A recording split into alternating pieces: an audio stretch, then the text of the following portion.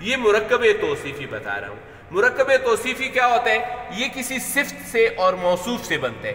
صفت آپ کی کوئی خوبی یا حامی ہوتی ہے، جیسے آپ دیکھ سکتے ہیں لائق ہونا ایک خوبی ہے.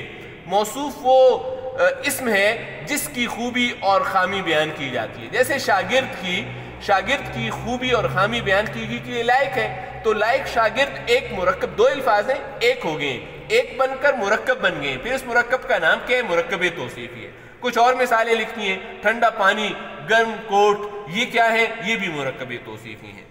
خاص عنایت فرماتے تھے، خاص عنایت فرمانا، بہت محبت کرتے تھے استاد اپنے شاگرد کے ساتھ.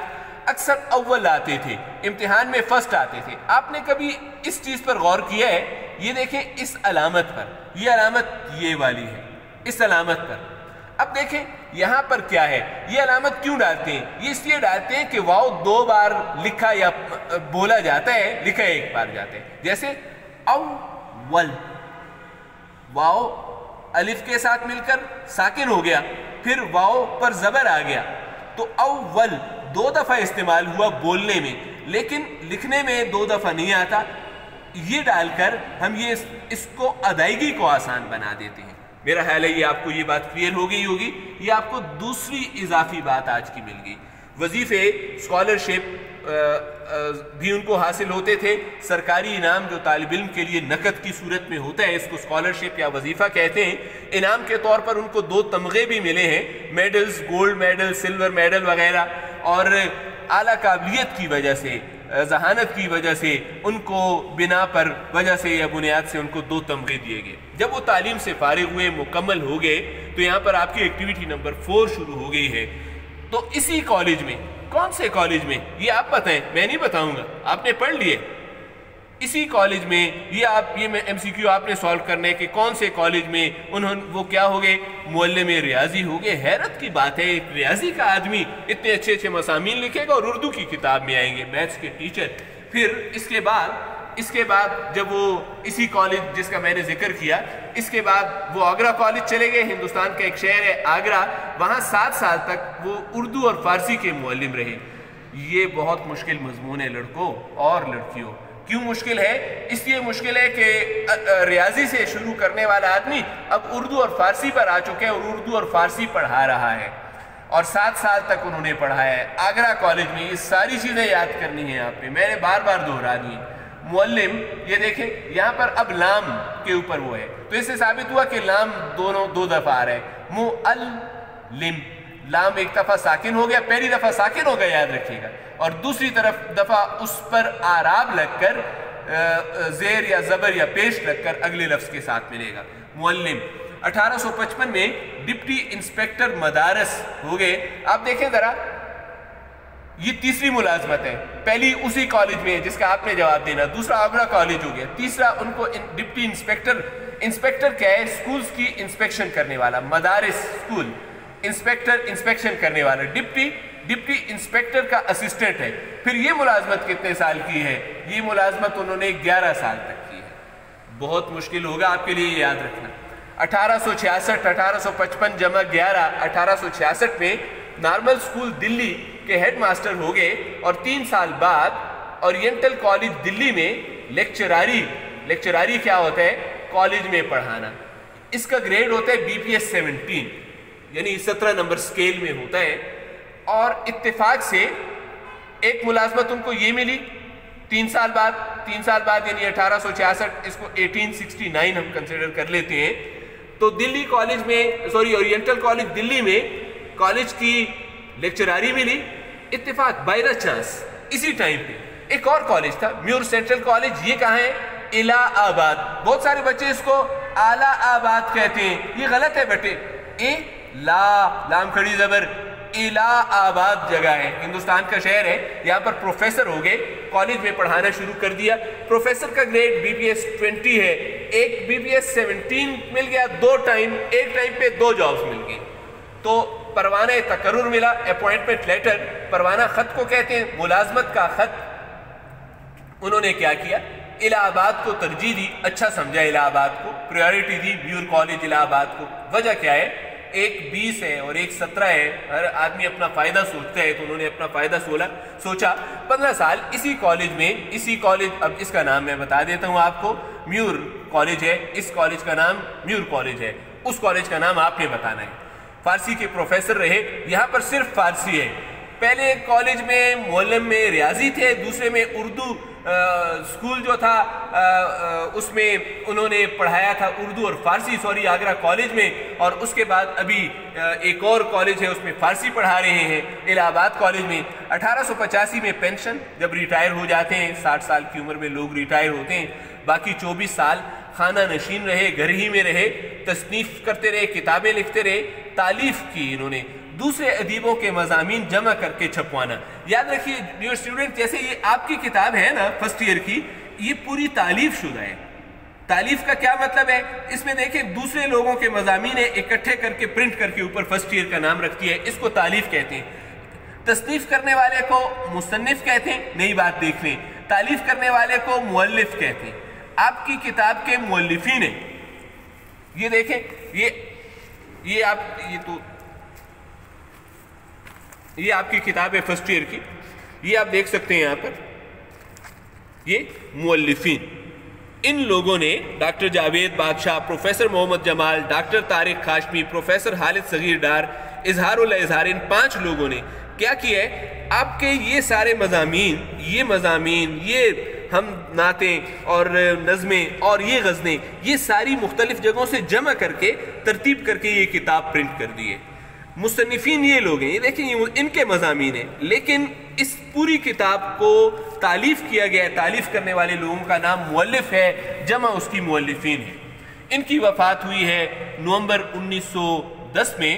ڈپٹی نذیر احمد جو تھے، ان کے دوست تھے، انہوں نے ایک مضمون ان کی وفات پہ ذکاء اللہ کے بارے میں ایک رسالے میں، تمدن دہلی، سر سید احمد خان کے رسالے کا نام تہذیب الاخلاق تھا، یہ رسالہ تمدن دہلی ہے، الگ رسالہ ہے۔ بابت کہتے ہیں چھپوائی کا مہینہ یا سال، تو بابت یعنی کس مہینے اور سال میں چھپا؟ اگست اور 1911 میں شائع ہوا، چھپا، اور اس میں خاص حالات، زندگی کے اہم کام ذکاء اللہ کے درج ہیں، اور اس میں سے ایک اقتباس مضمون کا ٹکڑا درج کیا گیا، پیش کیا گیا ہے۔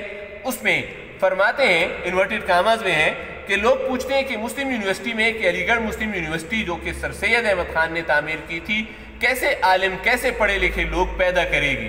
لوگوں کا یہ سوال ہے، کیونکہ اس سے پہلے 5 یونیورسٹیاں ہندوستان میں 5 بڑے ادارے موجود ہیں، انہوں نے لوگ کیسے پیدا کیے ہیں کہ اب مسلم یونیورسٹی کیسے پڑھے لکھے لوگ پیدا کرے گی؟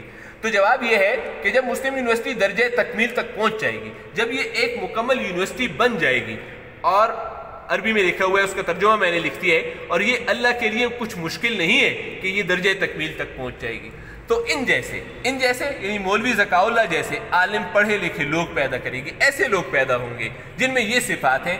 آپ نے تمام کے اوپر نمبر ڈال کے، جتنے بھی آپ کے پاس ہیں 9 10 11 میں نے کر دیے، ان کے اوپر آپ نے نمبر ڈال دینے اور الگ معنی لکھنے ہیں، کیونکہ ان کے اوپر اتنے معنی لکھنے کی گنجائش نہیں ہے۔ وہ کریم النفس ہیں، کرم کرنے والے ہیں، وسیع الاخلاق ہیں، بلند اخلاق والے ہیں، منکسر المزاج ہیں، عاجزی ہے ان کے مزاج میں، روشن دماغ، ذہین ہیں، متنوع المعلومات، کافی زیادہ معلومات رکھنے والے ہیں، کثیر التصانیف، زیادہ کتابیں لکھنے والے ہیں، خیر خواہ، عام خلق، عام لوگوں کے لیے اچھا کرنے والے ہیں، فیاض طبع ہیں، سخی ہیں۔ اور یہاں پر ایک سوال اور پیدا ہوتے ہیں، یہ آپ دیکھیں، میں اضافی باتیں جو آپ کو بتا رہا ہوں، تو یہ آپ کی ابھی تیسری اضافی بات ہے کہ یہاں پر یہ علامات ڈالی گئی ہیں، اور فیاض طبع اور راسخ الاعتقاد کے درمیان یہ علامت ڈلی گئی۔ اس کا مطلب یہ ہے کہ ڈپٹی نذیر احمد کی بہت ساری باتیں اور بھی تھیں، وہ باتیں مؤلفین نے کاٹ دی ہیں، یہ علامت ڈال دی ہے کہ اس کے بعد اور اس سے پہلے کچھ چیزیں اور بھی تھیں، وہ درج نہیں کی، کسی وجہ سے درج نہیں کی ہوگی۔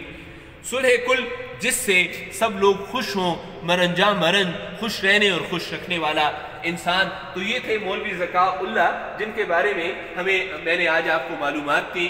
ڈیئر اسٹوڈنٹس، یہ ساری چیزیں آپ نے نوٹ کرنی ہیں، تمام ایکٹیویٹیز صاف اور نیٹ لکھ کر، جیسے آپ کرتے ہیں کر کے سینڈ کر دینی ہے. نیچے واٹس ایپ نمبر ہے. ایک تصدیق کر دیتا ہوں کہ ہمیشہ مجھ سے ہوم ورک چیک کرنے میں سستی ہو جاتی ہے. سستی ہونے کی وجہ یہ ہے کہ آپ کے ہوم ورکس بہت زیادہ ہوتے ہیں. مائنیوٹلی ایک ایک چیز کو چیک کیا جاتا ہے. چیک کرنے میں ٹائم لگتا ہے. اب 252 ہوم ورکس پہلے کے میرے پاس جمع ہیں, وہ ابھی تک ان میں سے آدھے سے بھی زیادہ چیک ہونے سے باقی ہے. وقت کم ہوتا ہے. ہم جب جاتے ہیں رات تقریباً 6-7 بجے پہنچتے ہیں, تو فارغ ہو کر جب بیٹھتے ہیں تو 2-3 گھنٹے یہ آدمی موبائل کو دیکھ سکتے ہیں. ذرا بوڑھے بھی ہیں, اس لیے موبائل استعمال کرنے کے طریقے بھی نہیں آتے. اس وجہ سے تھوڑی سی سستی ہو جاتی ہے. اس کے لیے معذرت چاہتے ہیں. شکریہ والسلام. خدا حافظ.